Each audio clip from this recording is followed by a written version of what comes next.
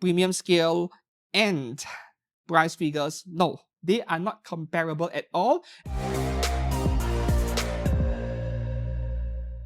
Hi and welcome back to the channel. I'm Steven from X Kurogane Studio today with a comparison video between price figures and premium scale figures which are way more expensive. And the reason why I'm coming up with this video is in response to the comments I'm seeing online, including my own YouTube videos, and there are also those on some anime figure subreddits on myfigurecollection.net and social media where people were saying price figures like these two over here, they are so incredible today. Why should I buy overpriced premium scale figures? So I'm going to show you guys what you're missing out on when you choose to collect only price figures. But by no means am I looking down on price figures, because every single price point, every single figure has their own target customer, their own target audience. I can't go out and tell a high school student, some 14 or 15 years old, who likes anime to buy a 20 or 30,000 yen scale figure when they are not yet making their own money, right? So that's where price figures come in.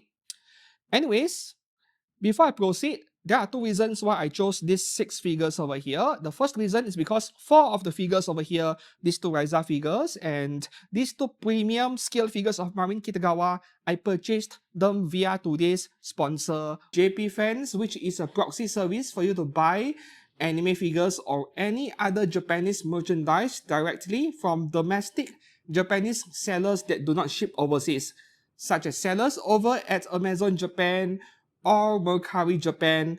You can purchase from multiple different sellers, and they have this photography service which is completely free of charge.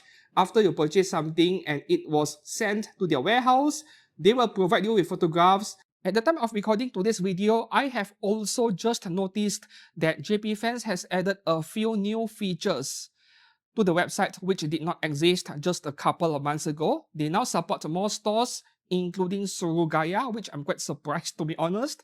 Surugaya has been around for like 30 years or so. They sell rare and pre-owned merchandise from Japan, like CDs, anime stuff, figures as well, just like Mandarake.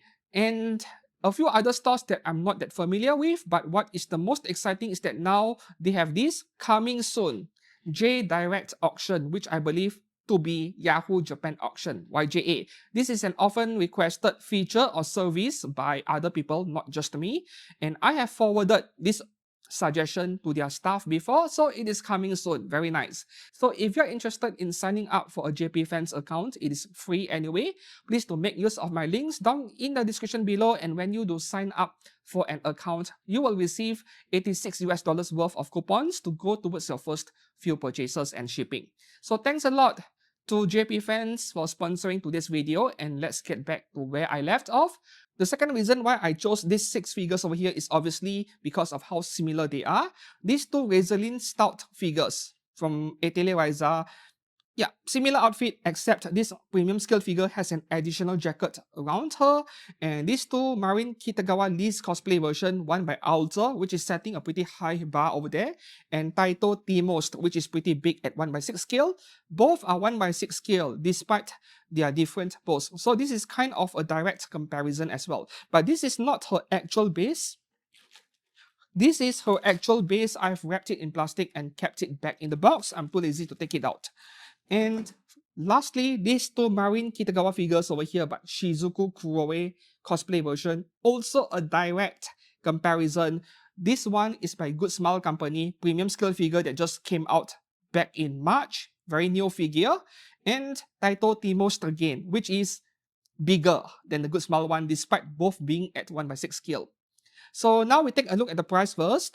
This is roughly 2,000 yen plus, anywhere between 1,500 to 2,500 yen, depending on where I'll get this price figure. This is Taito Core Full, which is a tier or 2 below the T-Most, not as good in quality. Alter's version, so this is 2,500 yen roughly. The Alter's version officially is around 21,800 yen before any discount or bargain bin prices. I got mine for only 14,000 yen, brand new. And then we move on to this comparison over here. This Alter version of Marin Kitagawa Lee's version, this is around 25,000 yen if I remembered correctly, before any discounts. I got her at a bargain bin price of 18,000 yen, thanks to JP Fans. I got her cheaply from Amazon Japan brand new as well. This Taito T-Most figure, once again, is anywhere between 2,500 to 4,000 yen. To me, the sweet spot is around 3,000 yen. Don't pay like 5 or 6,000 yen for this thing, even though there are some sellers out there selling her for that high, right? If it is the price in your own country, in your own local figure store, I can understand why the price is inflated. But if you're getting it from Japan, I think the ideal price for this is 2,500 to 3,000 yen, low 3,000s. Same thing for this price figure over here. This is also Taito T-Most. Ideal price 2,500 to low 3,000 yens. Meanwhile, the Good Smile Company version here, premium scale figure, is 19,000 yen before taxes and shipping, which I paid full price for. So as you can see, the premium scale figure is anywhere between 4 to 6 times higher than the price figure in pricing, depending on whether you get any bargain bin prices with premium scale figures or not. So what are you getting when you're paying so many times as much? The first comparison over here, this is the obvious one. So I'm going to finish this up in a minute or so. Even when you're looking at these two figures over here from this distance, which is quite far away, you can kind of tell that this figure is way more detailed, way more polished than this price figure. You don't even need to take a look close up, right? But let me show you guys what the close-up difference is like. So the most obvious one is the hair, where this price figure by Taito Koful, you can see that they are using semi-translucent parts and they are painting it partially, and the paint is quite rough, like the paint particles, right? The splashes are quite rough, quite big over there. Meanwhile, the painting on this premium scale figure by Alter, the color gradient is a lot more gradual, very smooth. You don't see all these small dots on the paintwork on the hair, not to mention the shading. There are multiple layers of it. So this is like a very obvious difference, and you can see the same thing over everywhere else. For example, her red color hot pants over here, heavy shading on the outer one. Meanwhile, the Taito Koful price figure is like plain red color, no shading, no clear coating or any protective layer of any kind. Same thing can be said for the entire figure. So you will notice that the paintwork on the premium scale figures are a lot more detailed in general. And the same thing applies to the two other comparisons over here. So now we take a look at this least figure, these two figures over here. The shading on the paintwork is not as heavy as this figure. Once again, from this distance, you can tell that the center portion of her hair over here is brighter than the bottom or the upper portion. So this is the color gradient that I look for in premium scale figures. If you buy a premium scale figure, but the paintwork does not look like that, then normally to me that is not a very good premium scale figure, which those do exist, by the way. The hair is the obvious one, but what about the black color blouse over here? The more obvious difference is the frilly parts underneath her chest and also around her hips over here. You compare it with Alter's version. What Taito did to cut cost is that these frilly parts, they are actually translucent parts that are color injected. So when they inject PVC material into the mold to mold the parts over there, they injected it with a bit of gray paint and then they just glue it together. They don't have to paint the parts anymore. That is how they cut cost. But on the premium figure over here, every single part of a blouse, including all of these frilly parts, they are hand painted.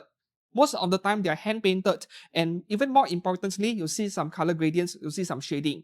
So this part over here, the frilly part, this is like a 1 or 2 step manufacturing, and they just assemble it. Barely any painting needed. This one requires multiple steps to manufacture. Yes, so it is way more expensive, obviously. And you can see a similar pattern with this comparison over here, these two Shizuku figures. Firstly, the most obvious one, the hair. I have praised the hair on this Good Smile version so much in my review just days ago, where the color gradient on her purple hair looks amazing. So how did Taito make it cheaper over here, yet having the figure a bit bigger than the Good Smile version? They are using translucent parts in a very clever way. The same thing happened to this least figure. So what they did over here, the hair, both the back piece and the front piece, they are made of translucent materials. Once again, they color inject it partially, just the top portion, but not the bottom portion. So you get this slight color gradient where the very edges at the bottom of the hair strand is lighter in color, almost translucent. Though you see some premium scale figures do this as well, except they do it better. This is how they give the impression of detail while cutting cost, because when they mold the parts like this, they don't have to paint it properly. They only need to spray paint the upper half of the hair and leave the lower half almost untouched. And you get this natural color gradient, just like this title list, same thing going on. The upper half is painted in red paint and the bottom half here is barely painted. So the shading on this Good Smile version is the opposite of the title version because the material is completely opaque. They have to paint it manually, and they made the upper portion brighter and the very edges of her hair strands darker, the opposite of this one where the edges of her hair strands are brighter instead. Anyways, both works and it makes the figure look a bit better. This character Shizuku Kuroe wears a very dark color outfit. So in this comparison over here, you can barely see a difference from a distance, as if the Good Smile Company version, the premium scale figure, does not have shading as well. So why do you pay so much for this one? But on a closer look, there is some difference. On the Good Smile version, this black color piece around her waist, I'm not sure what it is called, there is this texture which is done by decal work, right? So what they needed to do is to paint the part, and then they overlay a layer of decal on it. It has to be precise, and then they put clear coating on top to protect the decal work. Multiple steps over there. Meanwhile, what Taito did over here on this figure instead is to mold the texture into the part itself. So this piece over here, this black color piece, if you touch it with your fingers, you can feel some rough texture as if it is made of a different material compared to the rest of her outfit.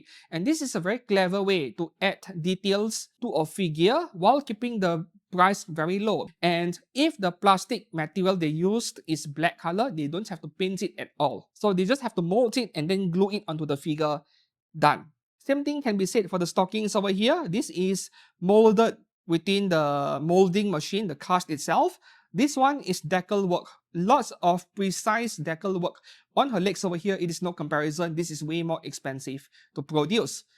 Of course, when it comes to mold lines, you will never see any on any premium scale figures regardless of which brand made it. Meanwhile, on price figures, you inevitably will see some mold lines. The question is how obvious it is. Like for this title list figure, if you look at her legs, you shine it under direct bright light, you'll see a line running across the center of the part because they had to cut cost. They can't be spending hours there sanding the part just to make it look nice because this is supposed to be a low budget figure. On some price figures, the mold lines will be more obvious. On the others, which the quality is higher like this one, the mold lines will be a bit less obvious. Meanwhile, speaking of parts being glued together, on this Taito Timost Shizuku figure, the arms over here, the elbow region, you'll see this ugly seam line over here. This is something you'll see in price figures as well. You'll never see this in premium scale figures. This seam line over here is not present on the Good Smile version. Yes, and some of you may not care because the color is so dark, you can barely see it, which is understandable.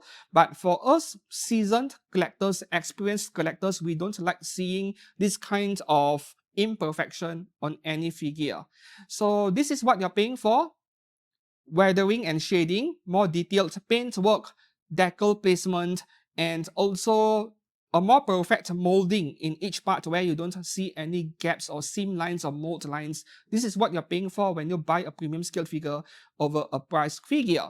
What is remaining to convince you that price figures cannot compete with scale figures at all is for you to go out and buy one yourself and see it for yourself. Once you buy your very first premium scale figure, you know what? You might get addicted to it. You start realizing, oh, this is next level. This is something different. And you might start preferring scale figures over price figures as you collect more figures. Because you can see the difference yourself with your own eyes. You don't even need videos like this one today to tell you. It all comes from experience, which is why I said that people who say things like price figures are good enough, scale figures are not worth it, especially this phrase, not worth it. As long as you have not tasted a premium scale figure yourself, you will never know what you're missing out on. And even in 5 years' time, where the technology to manufacture toys and figures get better and hopefully cheaper, even after 5 or 10 years, I don't think price figures will ever catch up to premium scale figures simply because of the cost involved to manufacture premium scale figures, to add all those details and not end up with any flaws or quality control issues. No, QA, quality assurance, is also an added cost when it comes to manufacturing any product. And QA is probably a thing in premium scale figures, but not a thing in price figures. So I hope that today's comparison video is very helpful and informative. And if it is, please to give this video a like and subscribe to this channel for more anime figure content. Once again, thanks a lot to JP Fans for sponsoring this channel almost every month with more figure unboxing. And I'm looking forward to working with you guys again. So for everyone else, yes, please to look forward to my next figure unboxing video, which is not too far away. Yeah. Thanks a lot for watching, and I'll see you guys again very soon. Goodbye.